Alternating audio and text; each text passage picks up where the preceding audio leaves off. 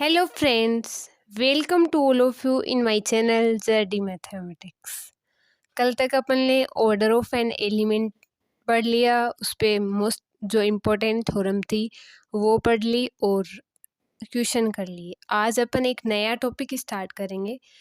तो आज अपन क्या स्टार्ट करेंगे, साइक्लिक ग्रुप स्टार्ट करेंगे। ठीक है, तो साइक्लिक ग्रुप क्या है आज अपन ये जानेंगे। तो ऑब्वियसली है कि है तो एक ग्रुप ही, ग्रुप का एक टाइप है जो साइक्लिक ग्रुप में आता है। अब कौन सा आता है वो आज अपन जानेंगे। ठीक है, साइक्लिक का मतलब होता है कि एक साइकिल में होना, है ना, कि ऐसे एक साइकिल में हो, है ना, उसको बोलते हैं। तो इसमें क्या होता है कि एक एलिमेंट होता है, ग्रुप का एक एलिमेंट ए होता है ना, उसकी अपन पावर करते जाते हैं। ए की पावर 1 कर दी, ए की पावर 2 कर दी, ए की पावर 3 कर दी, ए की पावर 4 कर दी, ए की पावर 5 कर दी, ऐसे करते करते अपन ए की पावर n तक कर देते हैं। और कोई ग्रुप है उसका ऑर्डर है n।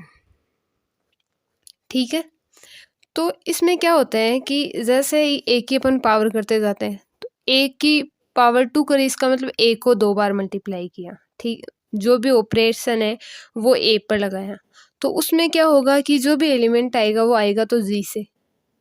इसी प्रकार ए की पावर 3 का भी जी से आएगा। ऐसे चलते चलते जब तक अपन को आइडेंटिटी नहीं मिलती, ए की पावर n पर मान लिया अपन को आइडेंटिटी मिल रही, तो इतने जो भी सारे एलिमेंट हैं वो सारे ग्रुप के एलिमेंट हैं। तो जितने भी ग्रुप के एलिमेंट हैं ना, उन सब को अगर एक ग्रुप जी है, ठीक है, और उसमें एक एलिमेंट लिया ए, अब अगर ग्रुप जी है उसको ए की पावर में लिख सकते हैं ना, पूरे को इंटीजर पावर में, है ना, तो वो क्या होता है, एक साइक्लिक ग्रुप होता है। और ये ए क्या होता है, उसका जनरेटर होता है। ए क्या होता है, जनरेटर, हिंदी में बोलते हैं इसको जनक। ठीक है, तो और इसको लिखते कैसे हैं कि जी है वो जनरेटेड बाय ए।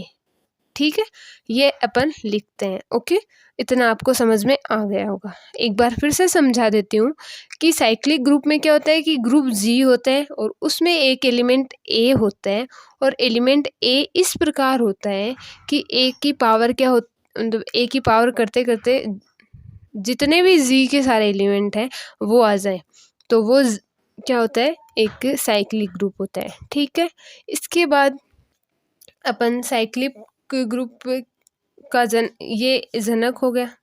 और इसकी थ्योरी है वो ये है कि जो मैं आपको नहीं पढ़ाऊंगी, क्योंकि ये आप खुद भी लिख सकते हो, और फिर भी अगर आपको ये चाहिए हो तो आप मेरे को डिस्क्रिप्शन में जो नंबर दिए हुए हैं उन पे व्हाट्सएप कर सकते हो। तो मैं आपको ये जो नोट्स हैं वो पीडीएफ फॉर्म में आपको अवेलेबल करवा दूंगी। इसमें यहाँ तक कि यही लिखा है जो मैंने समझा दिया। अब अपन क्या करेंगे, एग्जाम्पल लिखेंगे। ठीक है, एक दो एग्जाम्पल करेंगे। अपन ने फर्स्ट एग्जाम्पल लिया ये, तो इसमें अपन को साफ दिख रहा है कि ये 2 की पावर 1 है, ये 2 की पावर 2 है, ये 2 की पावर 3 है, ये 2 की पावर 4 है।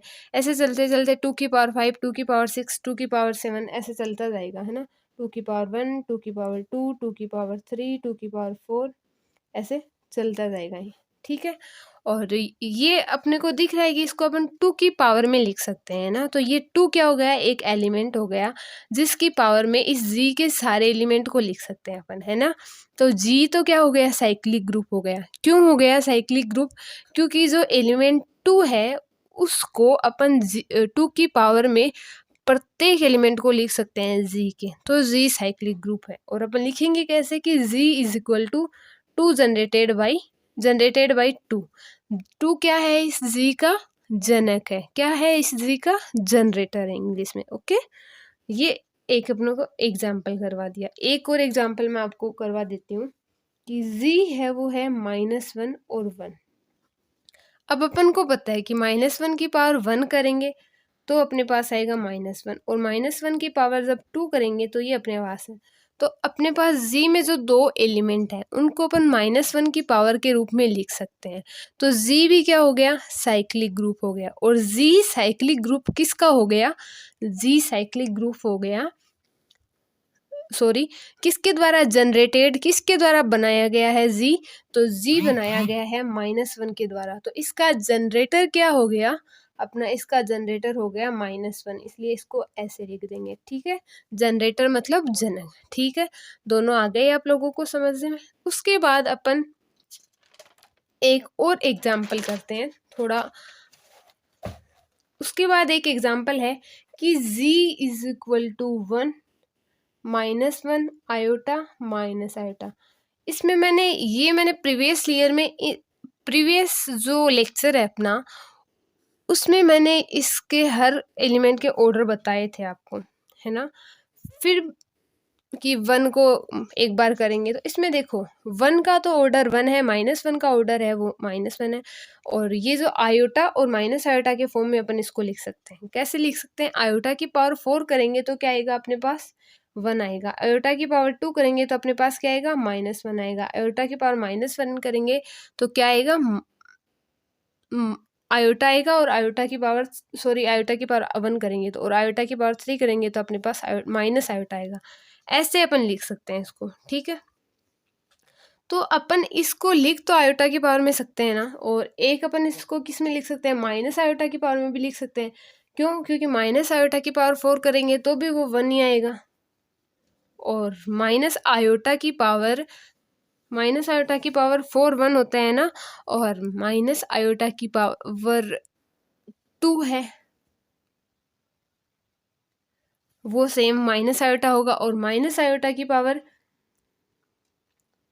कितनी करेंगे? यहाँ पे होगा गड़बड़ क्या हो, यहाँ पे माइनस आयोटा की पावर 3 आएगा और यहाँ माइनस आयोटा की पावर 1 आएगा, ठीक है।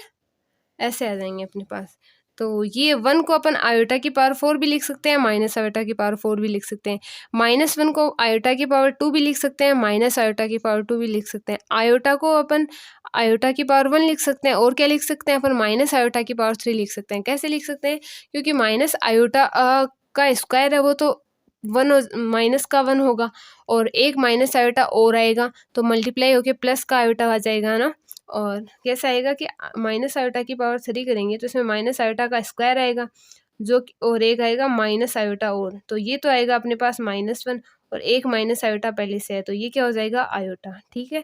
और इसलिए जो आयोटा की पावर 1 आ गया और माइनस आयोटा की पावर 3 आ गया। माइनस आयोटा का माइनस आयोटा लिख सकते हैं, और एक आयोटा की पावर 3 कैसे लिख सकते हैं? आयोटा का स्क्वायर इंटू आयोटा। आयोटा का स्क्वायर क्या होता है? -1, और ये क्या है? आयोटा। -1 इंटू आयोटा क्या होएगा? आयोटा, ठीक है।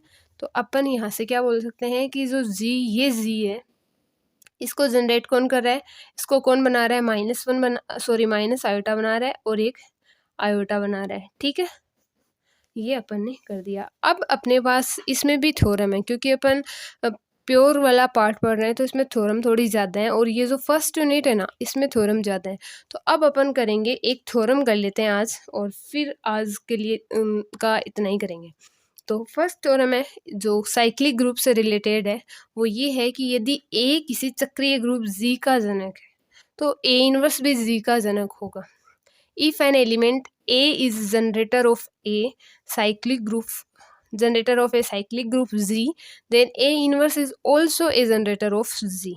कि अगर A है, इसमें आपको क्या दिया हुआ है कि अगर कोई एलिमेंट A है, ठीक है, वो अगर Z का जनरेटर है ना, तो इस A का जो इनवर्स है ना, वो भी इस Z का जनरेटर होगा, ठीक है। ये अपने को ज्ञात करना है, ओके।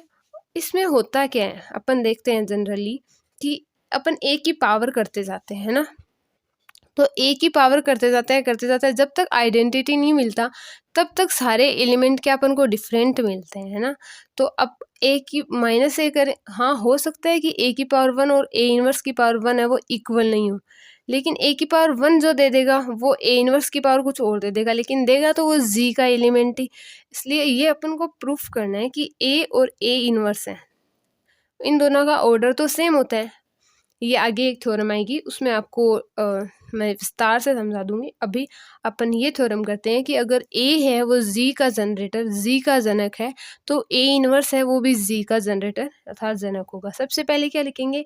दिया हुआ। तो दिया हुआ क्या है कि जी का जनरेटर क्या है? ए है, और अपन को फिर लिखेंगे टू प्रूव। प्रूव क्या करना है कि z का जनरेटर a की पावर -1 a इनवर्स है वो z का जनरेटर है, ये अपन को क्या करना है, प्रूव करना है। ठीक है, और इसके बाद अपन क्या करेंगे कि आगे चलेंगे अपन।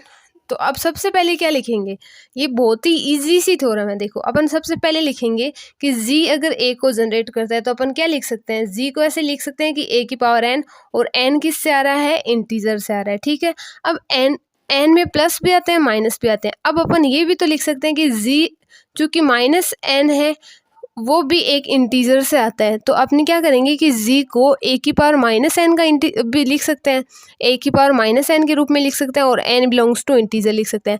अब इसमें क्या किया, अब ये बोल सकते हैं कि n की जगह -n किया तो आंसर चेंज नहीं होगा क्या, हाँ होगा, लेकिन क्या, क्योंकि मान लिया अपने पास a की पावर 2 है ना, तो वो इसमें तो a की पावर 2 n = 2 लेने से आ गई, 2 भी तो इंटीजर है, और इसमें अगर आपको a की पावर 2 लेनी है तो n = क्या लेंगे आप, -2 लेंगे, है ना, इंटीजर क्या लेंगे अपन, -2 ले लेंगे, और -2 भी अपना क्या है तो एक इंटीजर ही, इसलिए ये भी क्या हो गया, ये भी सेम इसी ग्रुप को जनरेट करेगा। ठीक है, और इसको अपन क्या लिख सकते हैं, a इनवर्स की पावर n लिख सकते हैं, और ये क्या होगा, n है जो है इंटीजर से आ रहा है, और इसका मतलब क्या हुआ, इसका मतलब हुआ कि z है वो a इनवर्स के द्वारा भी जनरेट होता है, और यही क्या करना था, अपन को प्रूव करना था। ठीक है, अब एक बार फिर से इसको देख लेते हैं। सबसे पहले अपन को दिया हुआ है कि z है वो a के द्वारा जनरेटेड है। ठीक है, और अब अगर a के द्वारा जनरेटेड है तो हम z के सारे एलिमेंट को a की पावर n के रूप में लिख सकते हैं, और n क्या होगा, वहाँ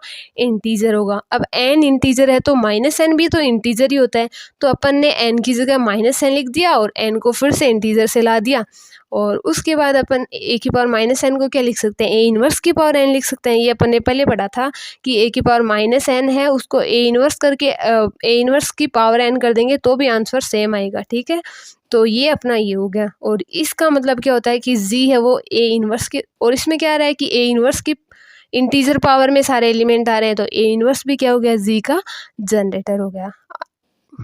उम्मीद करती हूँ कि आपको जो आज मैंने पढ़ाया है बहुत इजी पार्ट है वो समझ में आया होगा। अगर फिर भी कहीं डाउट है तो आप प्लीज़ कमेंट कर सकते हैं। आज के लिए इतना ही। Thank you, have a nice day. And अगर कोई प्रॉब्लम हो तो प्लीज़ आप कमेंट कर देना, और अगर वीडियो पसंद आया हो तो please like, share and subscribe. Okay.